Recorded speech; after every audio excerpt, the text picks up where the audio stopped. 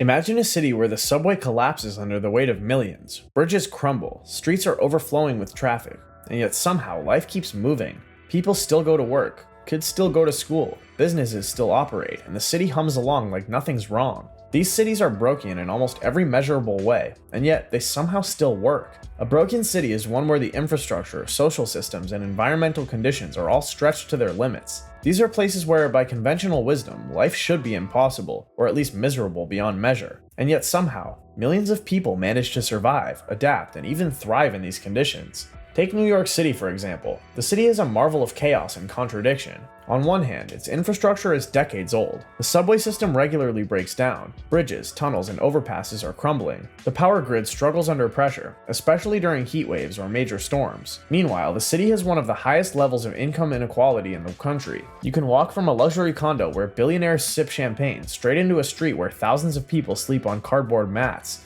And crime, while lower than it once was, still spikes in certain neighborhoods. And yet New York keeps going. This is because it's an economic engine like no other. Wall Street, media, tech, and tourism all keep money flowing, creating jobs, opportunities, and a reason for millions to stay despite the chaos. Cultural life is another huge factor. Broadway theaters, world-class museums, restaurants, and galleries never really close. The city's resilience is legendary. When Hurricane Sandy hit in 2012, flooding lower Manhattan and crippling the subway, the city didn't collapse. Recovery was messy, sure, but within weeks, life partially resumed. People improvised, services adapted, businesses bounced back, and slowly but surely, New York began to hum again. That's what makes it more than just a city. But New York isn't just a story of infrastructure and economics. It's a story of people adapting to dysfunction every single day. Commuters pile into trains that are overcrowded, sometimes delayed, sometimes broken, yet they make it to work.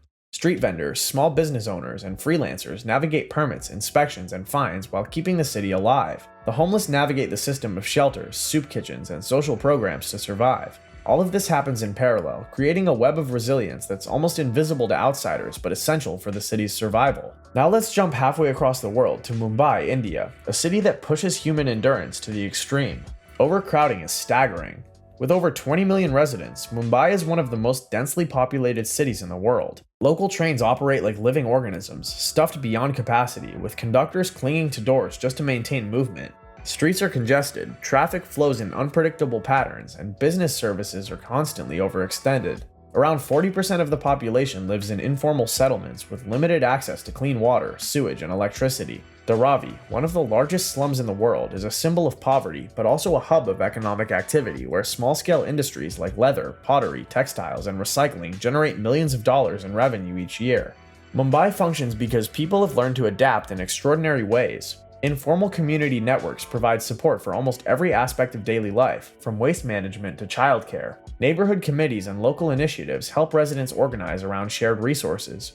Transportation, chaotic as it is, still moves millions daily through trains, buses, auto rickshaws, taxis, and even motorbikes. The city's economy is a powerhouse. Bollywood produces hundreds of movies a year, the stock exchange drives financial activity, and trade and industry keep opportunities flowing. People navigate the chaos through sheer ingenuity, often creating a system within the disorder that outsiders would never notice. One fascinating detail is that Dharavi is a microcosm of survival. Entire industries operate out of tiny workshops and homes. Families live above leather tanneries, potteries, and small recycling plants, contributing to a bustling local economy. Children often learn trades instead of attending school, not because of neglect, but because survival demands it. And yet, despite extreme density, health hazards, and limited sanitation, the community persists. Mumbai works because people refuse to let chaos win. And then there's Mexico City, a city that seems to exist on the edge of disaster every single day. Built on a drained lakebed, the city is literally sinking in the same area due to groundwater extraction, sometimes as much as 30 centimeters a year. Earthquakes are a constant threat. Traffic congestion is notorious. Pollution chokes the air. The city's geography, combined with rapid urbanization, has created a recipe for dysfunction. And yet, Mexico City works.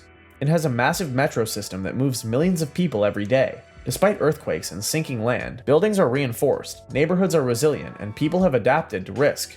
Cultural life is vibrant, with markets, museums, plazas, and historic districts functioning every day. Communities improvise solutions to flooding, traffic, and pollution. People have learned to navigate chaos, not fight it. And somehow the city hums along, a metropolis on the edge, but never falling off. The thread connecting these cities is human ingenuity. Infrastructure fails, governments are overwhelmed, inequality is extreme, and yet, when people are willing to innovate, organize, and improvise, cities survive. New York, Mumbai, Mexico City, they prove that dysfunction doesn't equal collapse. In fact, dysfunction often forces creativity on a scale few people can imagine. Take New York again. Its subway system was built over a century ago, designed for a population far smaller than today's 8.5 million residents. Despite outdated equipment and a funding shortfall, the system carries over 5 million riders daily. Commuters squeeze onto trains like sardines, navigating delays, breakdowns, and delays again. Yet the city functions. Street vendors navigate licensing and inspections while selling food to millions of hungry New Yorkers. Small business owners keep shops open despite rent hikes, crime, and regulatory hurdles. The city survives on sheer persistence. Mumbai offers similar stories. Its train system, some of the most overcrowded in the world, operates with precision born out of necessity. Conductors guide passengers who are literally hanging off the sides of moving trains. People use hand signals, whistles, and informal agreements to move millions every day. The informal economy of street vendors, recycling units, and tiny manufacturers keeps money moving and communities functioning. Even slums like Dharavi are tightly organized ecosystems, proving that survival often thrives outside formal systems. Mexico City's toughness is equally remarkable. Residents build reinforced homes in earthquake-prone areas. Communities develop underground drainage systems to prevent flooding. Public transport adapts to congestion, creating bus and metro networks that allow millions to commute despite sinking streets. Cultural hubs continue to function, drawing tourists, residents, and commerce. People learn to live with risk rather than waiting for a perfect city. And it's not just infrastructure. Social cohesion, culture, and commerce keep these cities alive. Festivals, markets, theaters, and restaurants create life where chaos reigns. Economies keep money moving. Communities organize support, and cultural identity motivates people to stay and rebuild after disasters. In other words, human systems often succeed where official systems fail. What's fascinating is that in all these cities, the problems were visible, tangible, and extreme. Yet the solutions are often invisible. They exist in improvisation, human ingenuity, and community networks. Without these cities would collapse under the weight of their own dysfunction. But with them, they survive, adapt, and even thrive. New York, Mumbai, and Mexico City are proof that cities can operate at the edge of collapse without falling apart. They show that human adaptability can overcome almost any obstacle. Bridges crumble, trains fail, inequality spikes, and disasters strike. But the people find ways to keep the city alive. This is what makes these cities endlessly fascinating. You can look at a map, a news story, or a statistic and think, this city shouldn't work. And yet millions of people wake up, navigate the chaos, and make it through another day. It's messy, it's imperfect, it's dangerous, and it works. And if you thought New York, Mumbai, and Mexico City were extreme, there are cities that take dysfunction to a level that almost defies belief. Let's start with Lagos, Nigeria's financial and cultural powerhouse. Lagos is often described as a city on the edge of collapse.